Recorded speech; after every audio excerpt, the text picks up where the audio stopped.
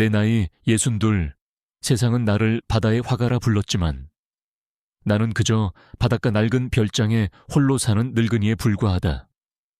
아내 미연이 세상을 떠난 지 5년. 나의 붓은 굳었고 나의 세상은 색을 잃었다. 나의 하루는 언제나 파도 소리와 함께 시작해서 파도 소리와 함께 끝이 난다. 아침에 눈을 뜨면 창문을 통해 밀려드는 비릿한 바다 내음과 함께 커피를 내린다. 그리고 텅 빈 아내의 자리가 놓인 식탁에서 나 혼자 맛을 잃은 식사를 한다. 오후에는 하염없이 바다를 바라보거나 먼지가 뽀얗게 쌓인 화실의 낡은 이젤을 멍하니 쳐다보는 것이 내 일과의 전부다. 화실은 나의 영광이자 나의 상처다. 벽에는 온통 아내를 그린 그림들이 걸려있다. 젊은 날에 해말 갔던 그녀, 아이를 낳고 행복해하던 그녀, 그리고 병상에서 마지막 순간까지도 나를 보며 미소 짓던 그녀의 모습까지. 나의 모든 그림은 그녀였고 그녀는 나의 모든 세상이었다. 그녀가 없는 세상에서 나는 더 이상 붓을 들 이유를 찾지 못했다. 그렇게 나의 시간은 흑백 필름처럼 단조롭고 느리게 흘러가고 있었다. 그 잿빛 세상에 아주 작은 색채가 더해지기 시작한 것은 작년 봄부터였다. 매주 토요일 오후 3시, 그 시간이 되면 나의 낡은 별장 앞에는 어김없이 작은 경차 한 대가 멈춰 섰다. 그리고 그 차에서 한계은이라는 젊은 여자가 내렸다. 그녀는 33이라고 했다. 화려하게 예쁘지는 않았지만 맑은 눈과 단아한 미소를 가진, 보고 있으면 마음이 편안해지는 그런 여자였다. 그녀는 언제나 양손 가득 장을 봐서 찾아왔다. 싱싱한 채소와 생선, 그리고 내가 좋아하는 빵집에 갓 구운 식빵까지. 그녀와의 첫 만남은 우연이었다. 1년 전 어느 날 그녀는 무작정 내 집에 초인종을 눌렀다. 그녀는 자신을 나의 옛 그림들을 오랫동안 좋아해온 팬이라고 소개했다. 그리고 서울에서 멀리 떨어진 이곳까지 그저 내가 사는 모습을 한번 보고 싶어서 찾아왔다고 했다. 나는 처음에는 그녀를 경계했다. 이 외딴 곳까지 나를 찾아온 저희가 무엇일까? 하지만 그녀의 눈빛은 너무나도 맑고 진솔해서 나는 차마 그녀를 내치지 못하고 차 한 잔을 대접했다. 그것이 시작이었다. 그 후로 그녀는 마치 약속이라도 한 것처럼 매주 토요일 오후가 되면 나를 찾아왔다. 오늘도 오후 3시가 가까워오자 나는 나도 모르게 현관 쪽을 자꾸만 쳐다보고 있었다. 낡은 찻잔을 미리 꺼내놓고 소파 위에 쿠션을 바로 놓았다. 이 적막한 집에 찾아오는 유일한 손님을 맞이하기 위한 늙은이의 소심한 준비였다. 정확히 3시, 그녀의 작은 차가 별장 앞에 멈춰 섰다. 나는 창문을 통해 장바구니를 들고 내리는 그녀의 모습을 바라보았다. 그녀의 가벼운 발걸음은 나의 무거운 일상에 작은 파문을 일으키는 조약돌 같았다. 선생님, 잘 지내셨어요? 문을 열자 그녀가 환하게 미소 지으며 인사했다. 그녀에게서는 언제나 비온 뒤의 숲처럼 맑고 깨끗한 향기가 났다. 그녀와의 시간은 언제나 비슷한 순서로 흘러갔다.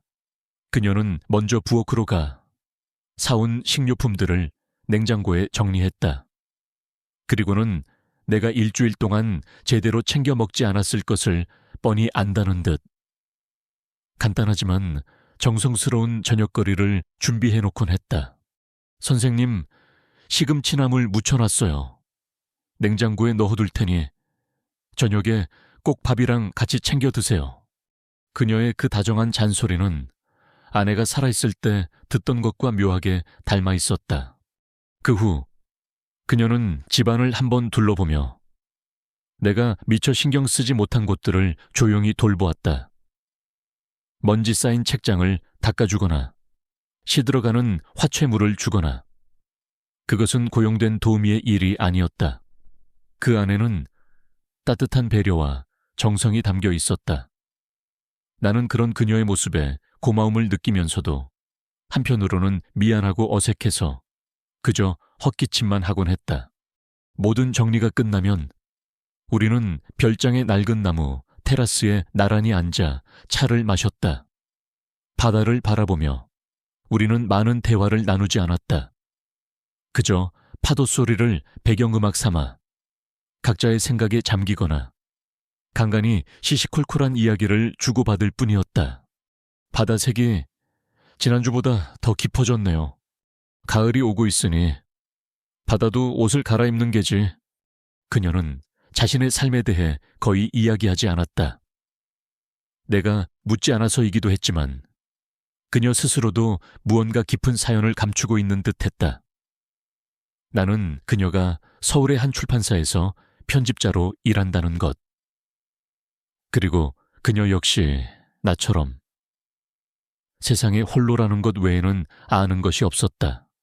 나는 그녀에게 묻고 싶었다.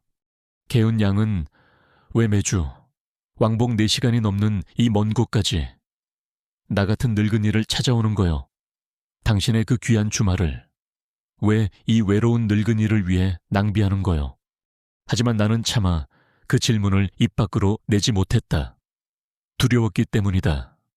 나의 그 질문 하나가 이 위태롭고도 소중한 우리의 관계를 깨뜨려 버릴까봐, 그녀가 더 이상 찾아오지 않게 될까봐. 나는 그저 이 온화한 수수께끼를 풀지 않은 채 그녀가 내어주는 따뜻함에 조용히 기대고 있을 뿐이었다. 해가 뉘엿뉘엿 저물고 바다가 붉은 빛으로 물들기 시작하면 그녀는 언제나처럼 자리에서 일어섰다. 선생님, 그럼 다음 주에 또 뵙겠습니다. 식사 잘 챙겨 드세요. 그래, 조심해서 올라가시오. 나는 그녀의 차가 시야에서 완전히 사라질 때까지 테라스에 서서 손을 흔들었다. 그녀가 떠나고 나면 나의 별장에는 다시 무거운 정막이 내려앉았다. 그녀가 남기고 간 음식의 온기와 그녀의 맑은 향기만이 다음 주 토요일이 올 때까지 나의 외로움을 간신히 버티게 해주는 유일한 위안이었다. 나는 그녀가 정리해둔 냉장고를 열어보았다. 싱싱한 채소들과 생선, 그리고 내가 좋아하는 식빵, 나의 흑백 같은 세상 속에 그녀가 남기고 간 선명한 색채들. 나는 식탁에 홀로 앉아 중얼거렸다. 한가은 그녀는 대체 누구일까? 그리고 나게 왜 오는 것일까? 그 풀리지 않는 질문이 파도 소리와 함께 나의 고독한 밤속으로 깊숙이 밀려오고 있었다. 한가은이 나의 잿빛 세상에 스며들기 시작한 후 몇 번의 계절이 더 흘렀다. 나의 토요일 오후는 더 이상 외롭지 않았다. 나는 그녀가 오는 시간을 기다렸고 그녀가 떠난 뒤에는 그녀가 남기고 간 온기를 붙잡고 다음 토요일을 버텨냈다. 우리의 만남에는 한 가지 특별한 의식이 더 있었다. 그녀는 장을 봐주고 집안일을 돕고 나와 함께 차를 마신 뒤 언제나 마지막에는 그녀의 차에서 낡은 바이올린 케이스를 꺼내왔다. 그리고 그녀는 나를 위해 연주를 했다. 나의 텅 빈 화실, 아내의 초상화들 앞에서. 그녀는 눈을 감고 바이올린을 켰다. 그녀의 가녀린 어깨와 목 사이에 자리한 바이올린은 마치 그녀 몸의 일부인 것처럼 보였다. 그녀의 손가락이 현 위에서 춤을 출 때마다 화실 안에는 세상에서 가장 아름답고도 슬픈 선율이 울려 퍼졌다. 그녀는 주로 바흐나 베토벤의 소나타를 연주했다.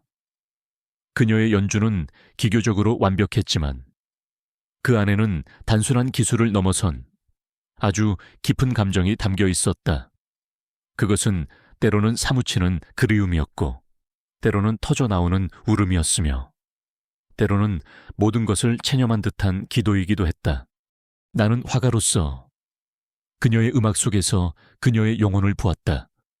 그녀는 바이올린을 통해 말로는 차마 다 하지 못하는 그녀 내면의 무언가를 내게 필사적으로 이야기하고 있는 듯했다. 나는 그녀의 연주를 들으며 죽은 아내 미연을 떠올렸다. 아내 역시 클래식 음악을 사랑했고 특히 바이올린 소리를 좋아했다. 우리가 젊었을 때 돈이 없던 시절, 우리는 낡은 라디오에서 흘러나오는 바이올린 협주곡을 함께 들으며 미래를 꿈꾸곤 했다. 어쩌면 저 선율은 아내가 하늘에서 내게 보내는 편지일지도 모른다는 어리석은 생각마저 들었다. 시간이 흐를수록 나의 궁금증은 눈덩이처럼 불어났다. 그녀는 대체 누구일까? 그녀의 저 깊은 슬픔은 어디에서 온 것일까? 그리고 왜 그 슬픔을 하필이면 나라는 늙은이 앞에서 음악으로 토해내는 것일까? 나는 매주 토요일 그녀에게 진실을 묻기 위해 몇 번이고 입을 열려다가 결국에는 닫아버리곤 했다. 이 위태로운 평화가 깨지는 것이 두려워서, 그녀가 다시는 찾아오지 않을까봐, 나의 토요일이 다시 예전처럼 텅 빈 잿빛으로 돌아가는 것이 무서워서.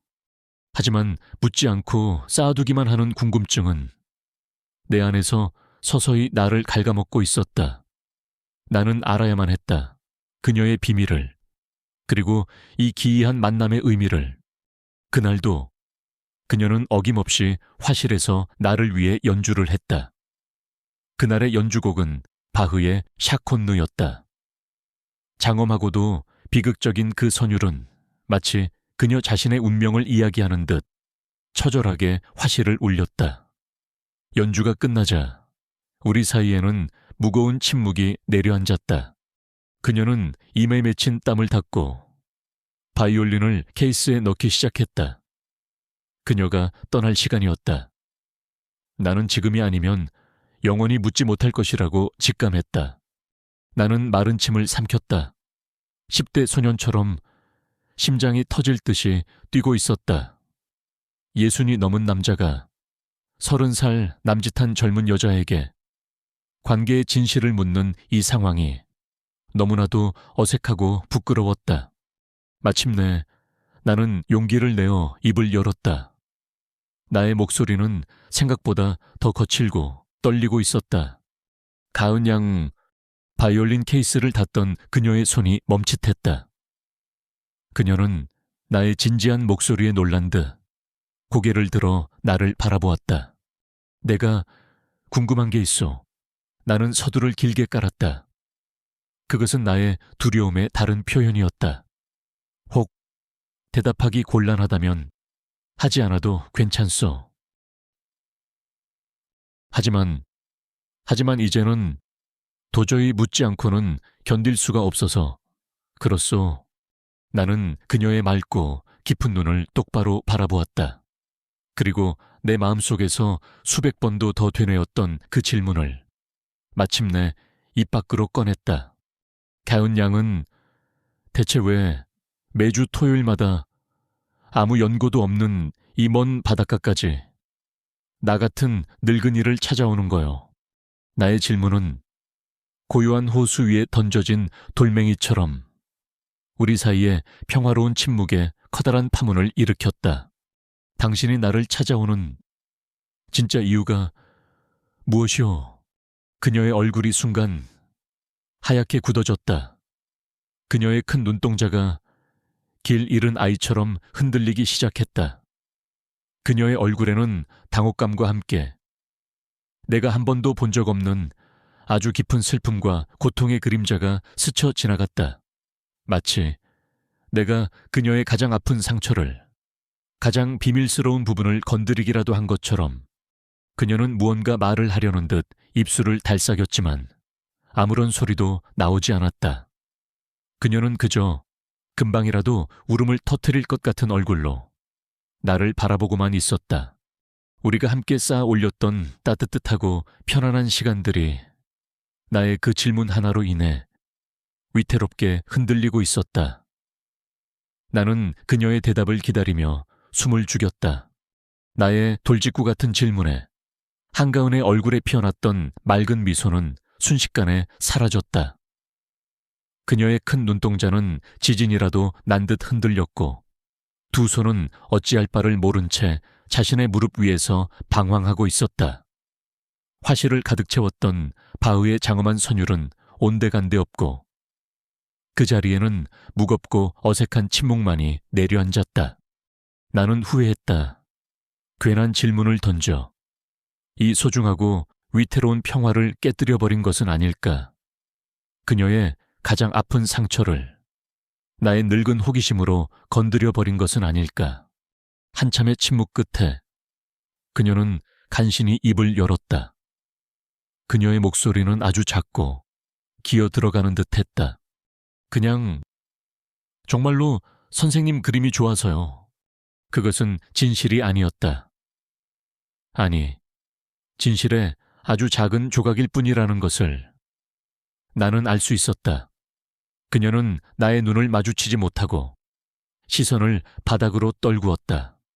그리고 선생님과 이렇게 마주 앉아 이야기하는 시간이 저한테는 큰 위로가 돼요. 그래서 찾아오는 거예요. 그녀의 대답은 내가 던진 질문의 무게에 비해 너무나도 가볍고 희미했다. 그녀는 무언가를 필사적으로 감추고 있었다. 그 비밀의 무게가 그녀의 여린 어깨를 힘겹게 짓누르고 있는 것이 보였다. 나는 더 이상 그녀를 추궁할 수 없었다. 그렇소. 나는 그저 짧게 대답할 수밖에 없었다. 그날 그녀는 평소보다 훨씬 일찍 자리에서 일어났다.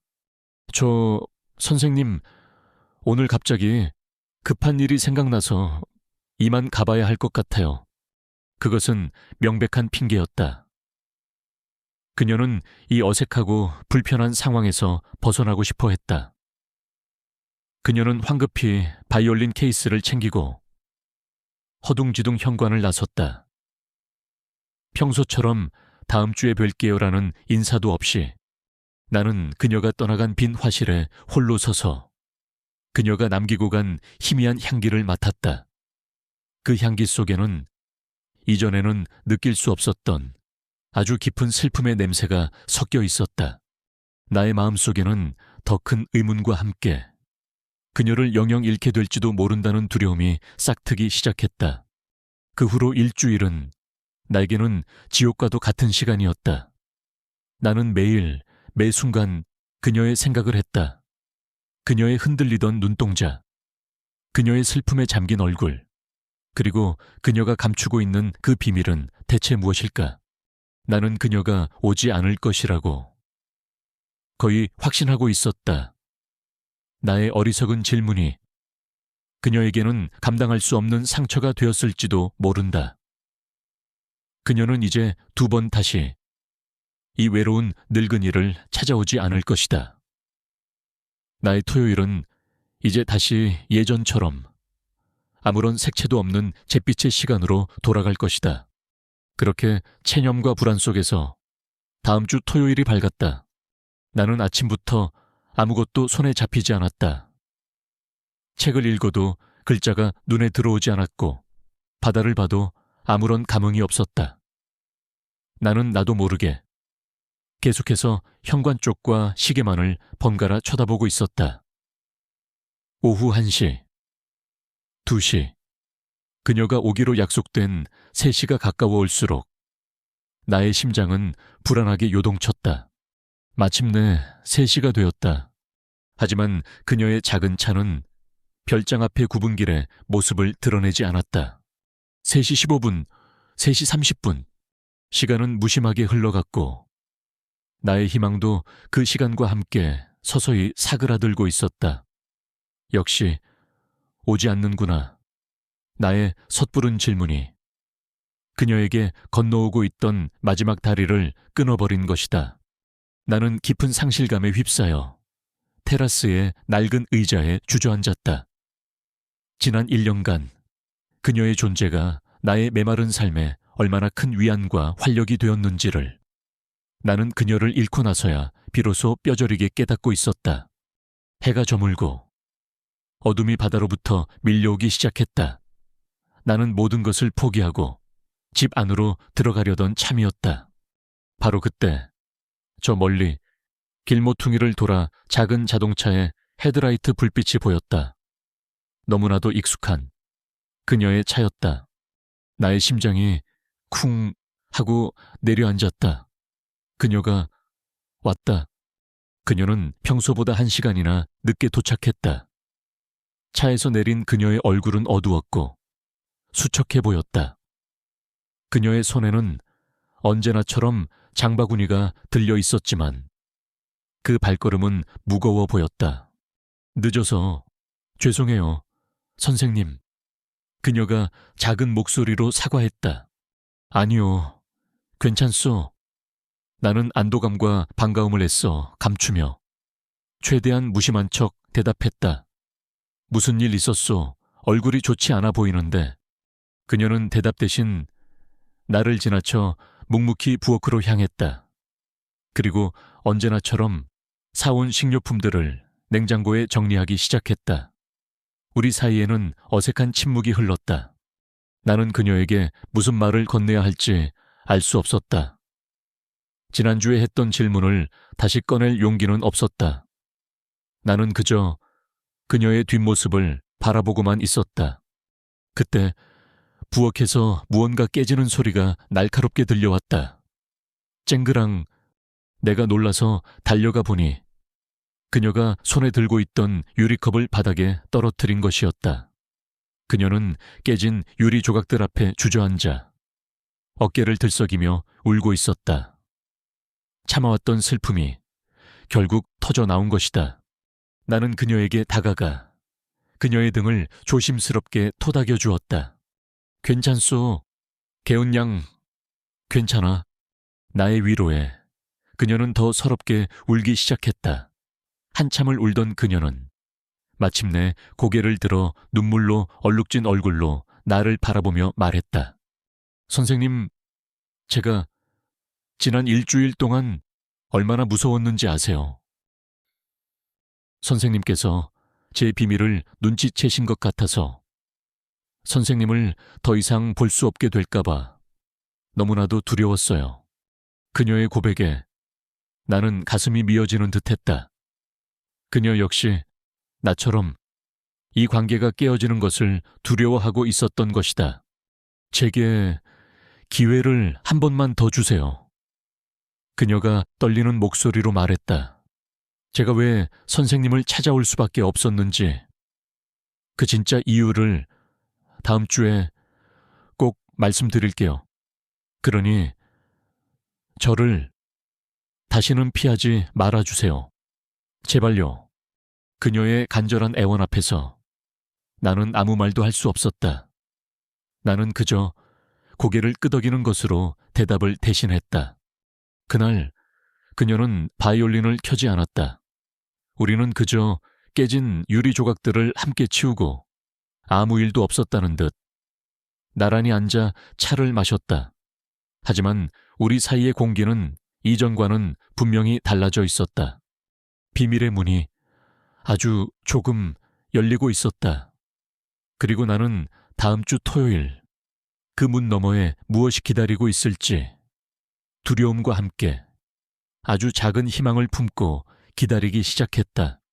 그녀가 떠나고 다음 토요일이 오기까지의 일주일은 내 생애 가장 길고도 더딘 시간이었다.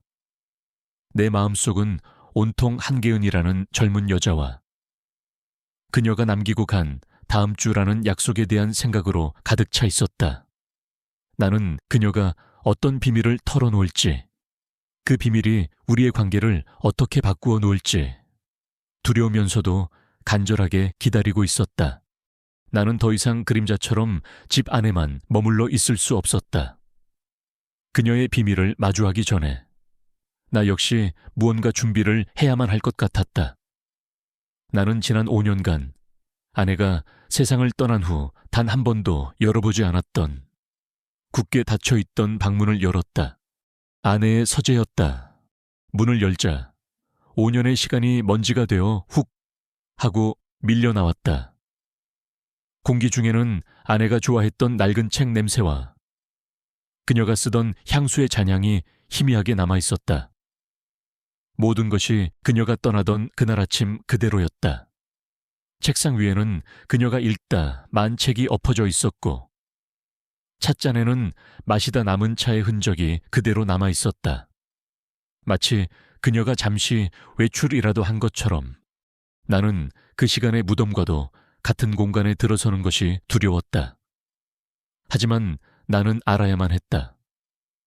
혹시라도 이곳에 한가은이라는 수수께끼를 풀 수 있는 단서가 남아있을지도 모른다는 생각 때문이었다.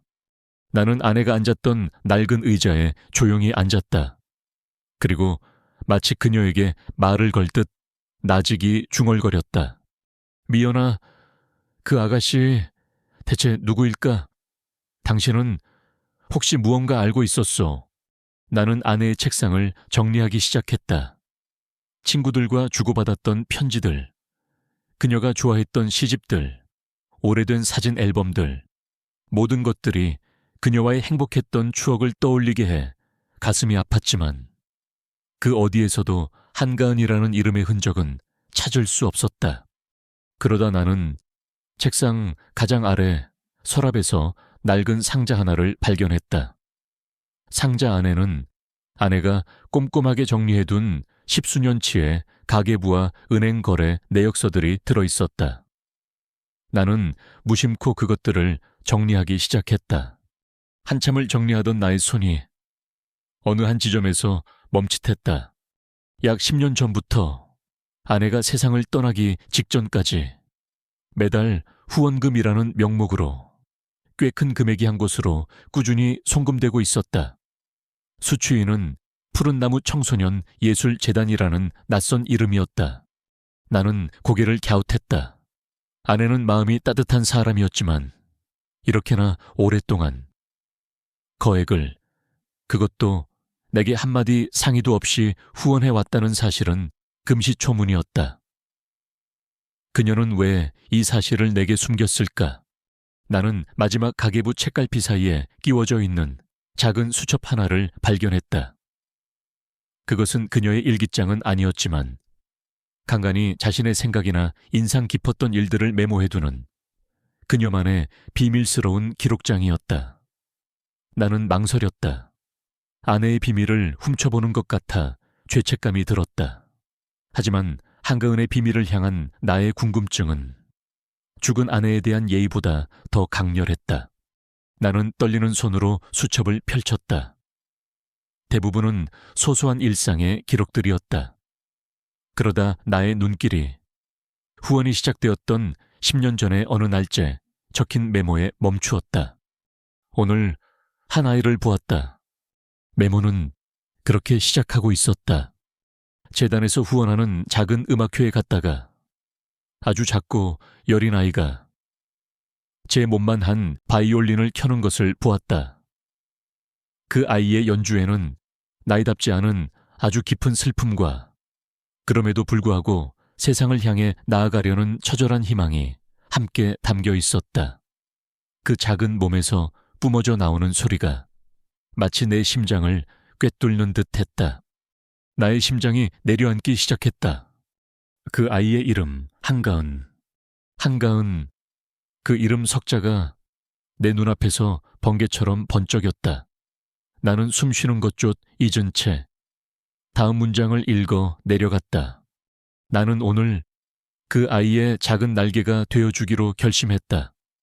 아무도 모르게 그저 그림자처럼 그 아이가 자신의 재능을 활짝 펼치고 세상 속에서 더 이상 외롭지 않도록 언젠가 아주 먼 훗날 저 아이가 세상에서 가장 아름다운 음악을 연주하는 날이 오면 그때 그저 멀리서 박수 한번 쳐줄 수 있다면 나는 그것으로 족하다. 언젠가 꼭 한번 만나보고 싶은 아이, 바이올린을 켜는 소녀, 한가은, 모든 것이 제자리를 찾았다. 나의 머릿속을 가득 채웠던 모든 의문과 오해의 안개가 한순간에 걷히고 있었다. 한가은이 매주 토요일마다 나를 찾아왔던 이유. 그녀가 내게 장을 봐주고 집안일을 돕고 그리고 나를 위해 그토록 아름답고도 슬픈 바이올린을 연주했던 이유. 그 모든 것은 나를 위한 것이 아니었다. 그것은 모두 나의 아내 김미연을 위한 것이었다. 그녀는 자신을 후원해준 은인의 정체를 알지 못한 채 그 은인이 남기고 간 외로운 남편을 찾아와 자신만의 방식으로 그 은혜를 갚고 있었던 것이다. 그녀의 바이올린 연주는 나를 위한 위로가 아닌 하늘에 있는 내 아내를 향한 그녀의 눈물겨운 헌사 셴츠였다. 나는 수첩을 가슴에 끌어안고 소리 없이 오열했다. 미연아, 당신은 대체 어떤 사람이었소? 당신은 당신 자신의 아픔도 부족해서 세상의 모든 아픈 영혼들을 그렇게 보듬어 안으려 했던 거요. 그리고 왜 이 모든 것을 내게는 비밀로 했소? 당신의 그 깊고 따뜻한 마음을 왜 나와 함께 나누지 않았소? 원망과 함께 아내에 대한 사무치는 그리움과 존경심이 밀려왔다. 나는 이제 그녀의 비밀을 알게 되었다. 하지만 이것은 그녀 혼자만의 비밀이 아니었다. 이것은 나의 아내가 남긴 위대한 사랑의 비밀이었다. 나는 더 이상 다음 주 토요일에 그녀가 어떤 고백을 할지 두렵지 않았다. 오히려 간절하게 기다려졌다. 나는 그녀의 이야기를 이번에는 모든 진실을 아는 마음으로 온전히 들어주고 싶었다. 그리고 그녀에게 말해주고 싶었다.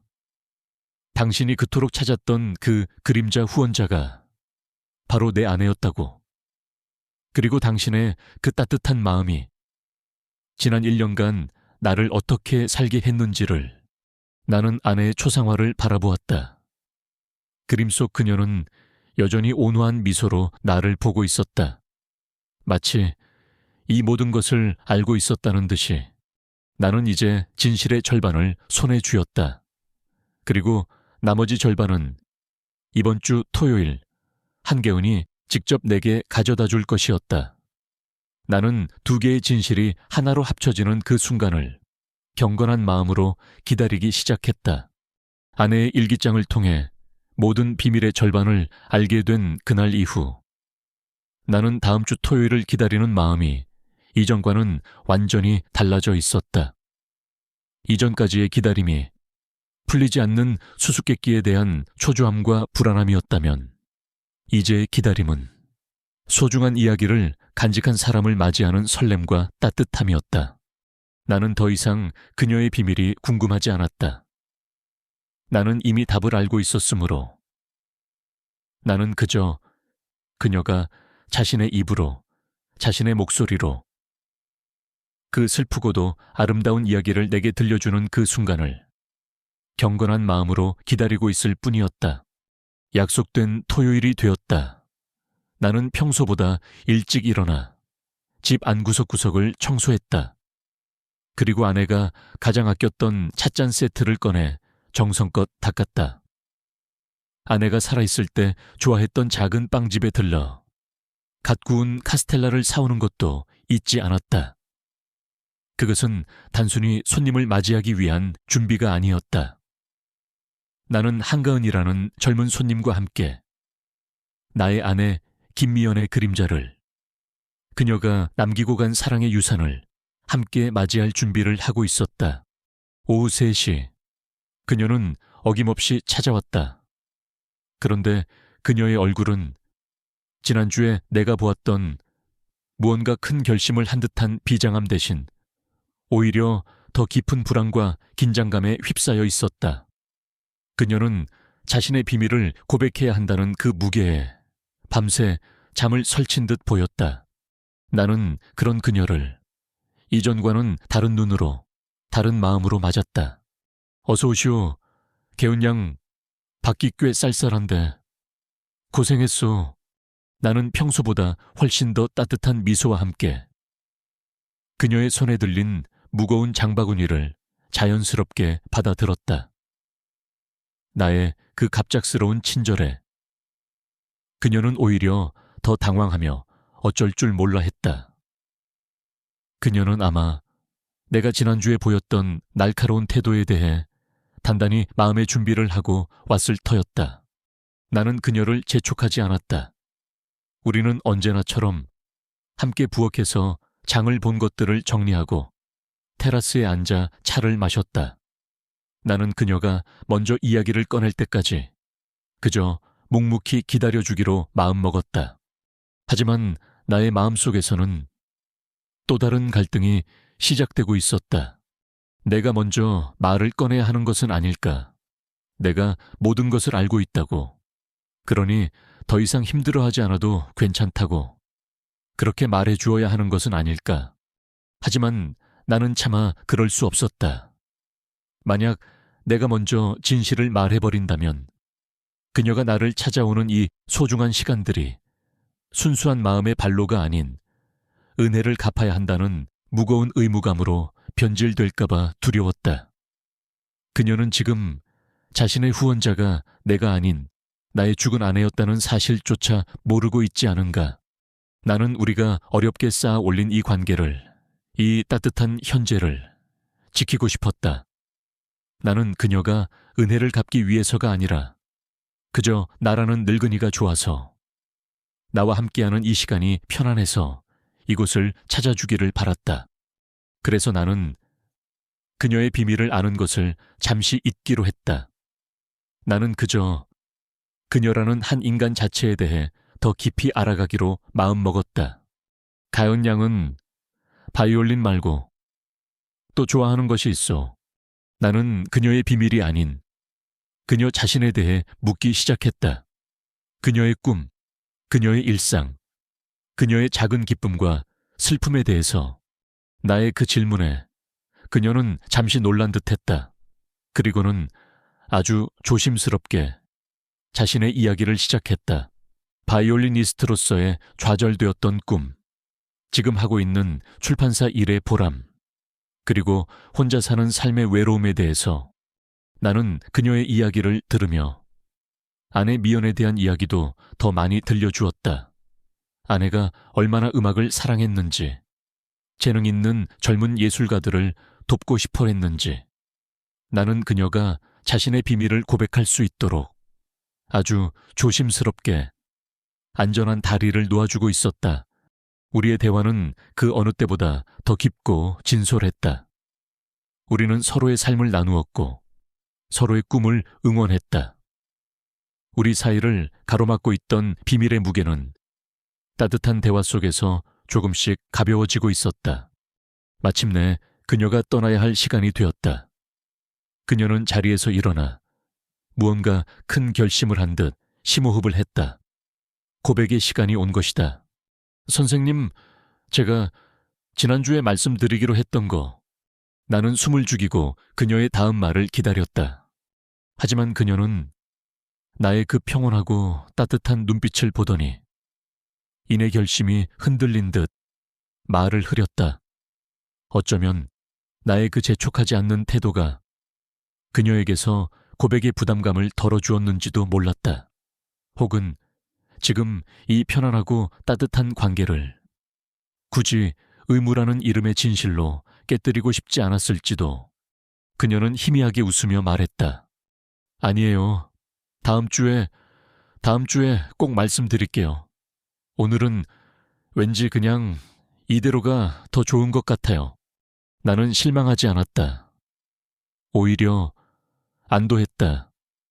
우리에게 이 순수한 관계를 즐길 수 있는 시간이 일주일 더 허락된 것이니. 나는 미소 지으며 대답했다. 그러시오. 나는 언제든 괜찮소. 가은 양이 편할 때 그때 이야기해 주시오. 그녀는 그날 그 어느 때보다 더 밝고 편안한 얼굴로 돌아갔다.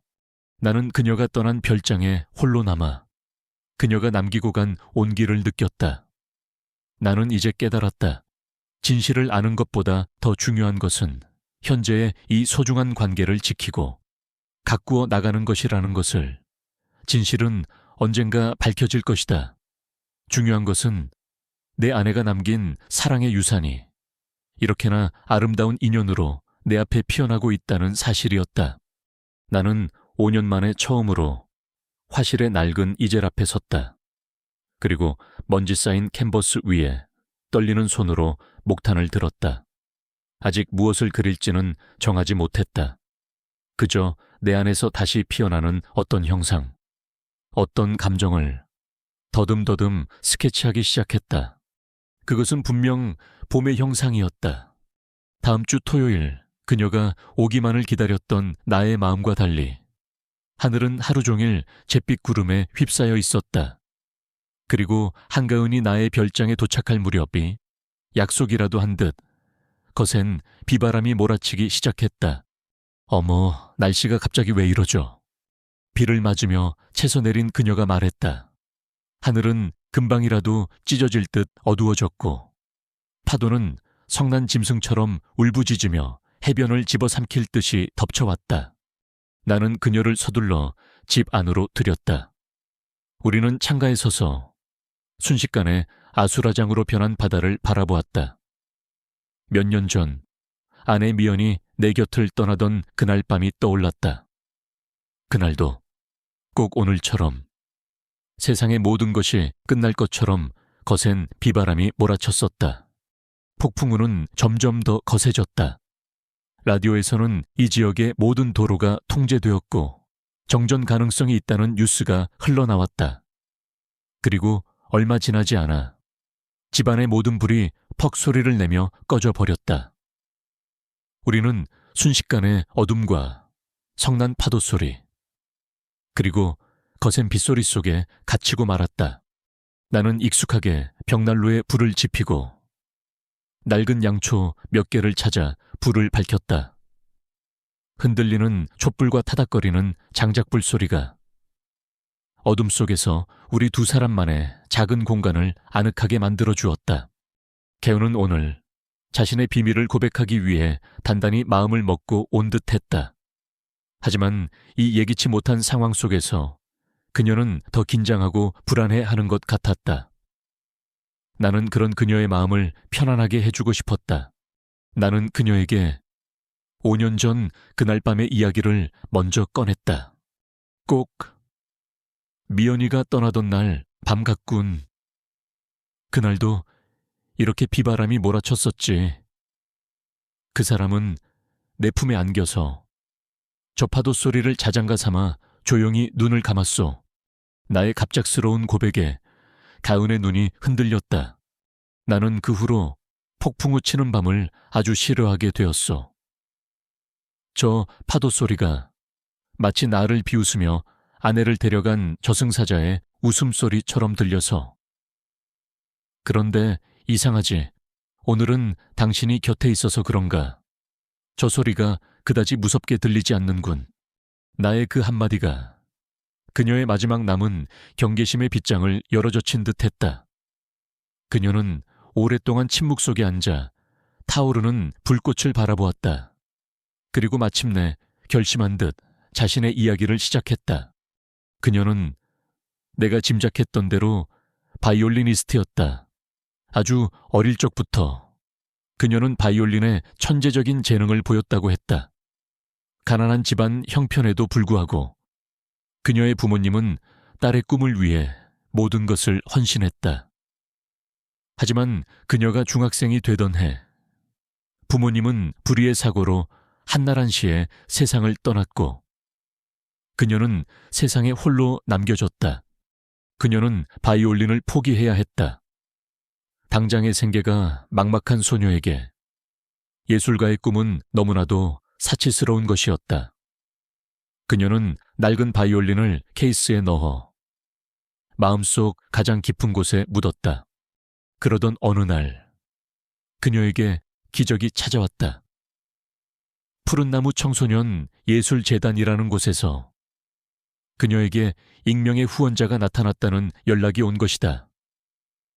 그 후원자는 그녀의 재능을 알아보고 그녀가 학업과 연주를 계속할 수 있도록 대학을 졸업할 때까지 모든 학비와 생활비를 지원해주겠다고 약속했다. 저는 그분이 누구신지 알 수 없었어요.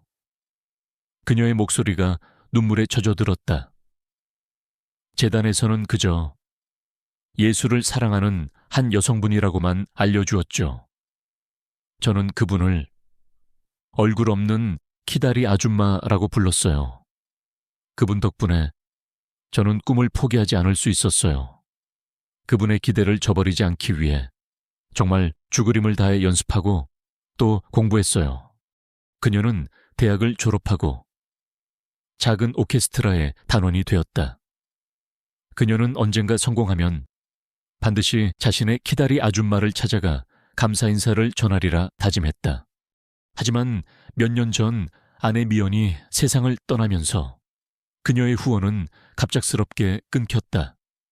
재단에서는 안타까운 소식이라며 후원자께서 지병으로 돌아가셨다는 사실을 그녀에게 알려주었다. 그리고 후원자의 마지막 유언에 따라 작은 서류 봉투 하나를 그녀에게 전달했다. 저는 그때 제 세상이 다시 무너지는 것 같았어요. 단 한 번도 뵙지 못했지만 저에게는 엄마와도 같았던 분이었으니까요.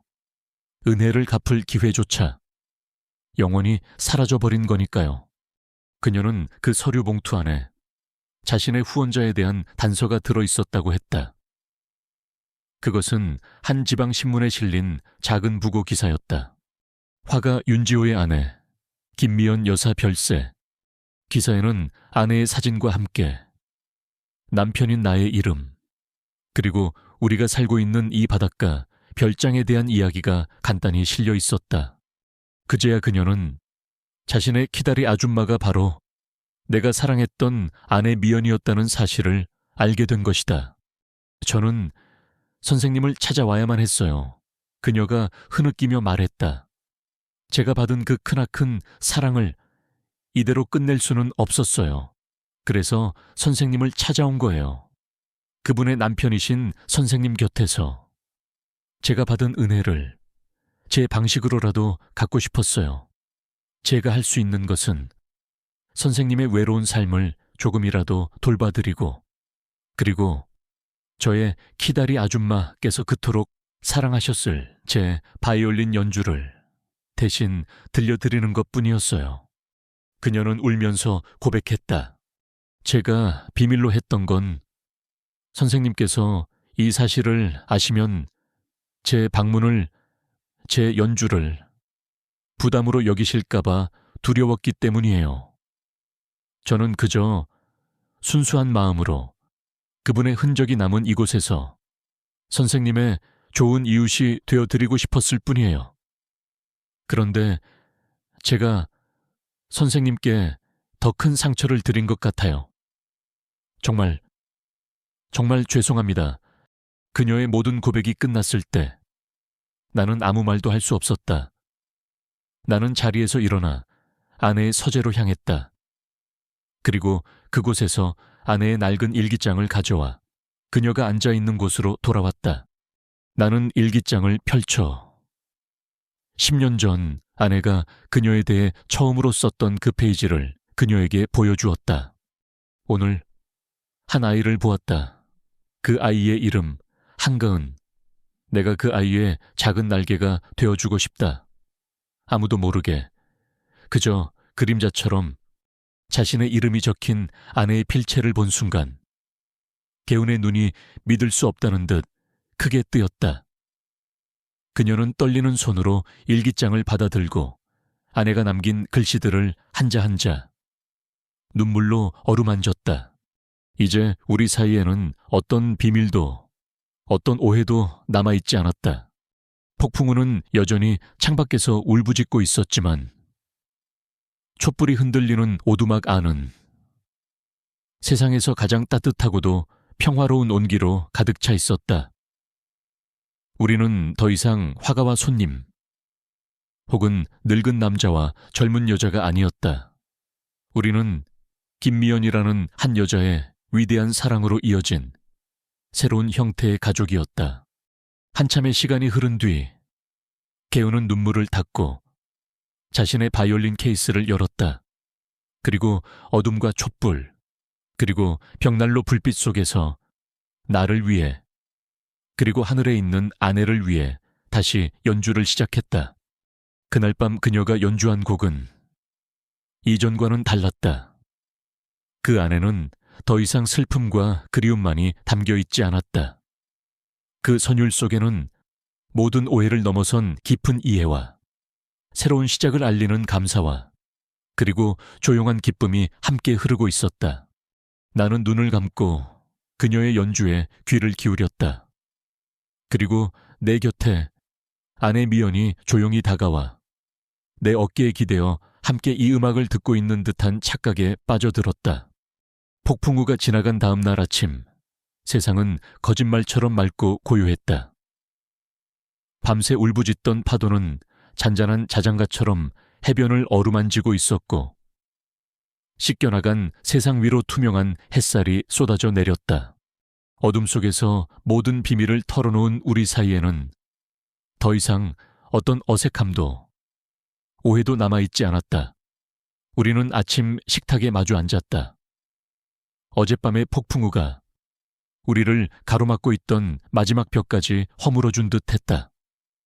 우리는 이제 서로에게 가장 편안하고도 솔직한 모습으로 마주 앉을 수 있었다. 이제 선생님이라고 부르지 않을래요. 개운이 먼저 말했다. 할아버지라고 불러도 될까요? 나는 말없이 그저 따뜻한 미소로 고개를 끄덕였다. 그녀가 나를 할아버지라고 부르는 순간 나는 텅 비었던 내 가슴 한구석이 채워지는 것을 느꼈다. 그녀는 그 주말을 별장에서 나와 함께 보냈다. 우리는 더 이상 화가와 손님이 아니었다. 우리는 서툴지만 진짜 가족이 되어가는 법을 배우고 있었다. 나는 그녀에게 아내 미연과 함께했던 소소한 추억들을 들려주었고, 그녀는 나에게 한 번도 말한 적 없었던 그녀 자신의 꿈과 미래에 대한 이야기를 들려주었다. 일요일 오후 그녀가 서울로 돌아가기 전 우리는 함께 별장 뒤편의 작은 언덕에 올랐다. 그곳은 내가 아내의 유골을 뿌렸던 우리 부부만의 비밀스러운 장소였다. 개우는 그곳에서 자신의 바이올린을 꺼내 들었다. 그리고 하늘에 있는 할머니를 위해, 그리고 내 곁에 있는 나를 위해 연주를 시작했다. 그녀가 연주한 곡은 슬픔의 노래가 아니었다. 그것은 새로운 시작을 알리는 밝고 희망에 찬 봄의 노래였다. 나는 눈을 감고 그녀의 바이올린 소리와 파도 소리가 어우러지는 것을 들으며 내 곁에 아내와 손녀가 함께 있는 듯한 완벽한 행복감에 휩싸였다.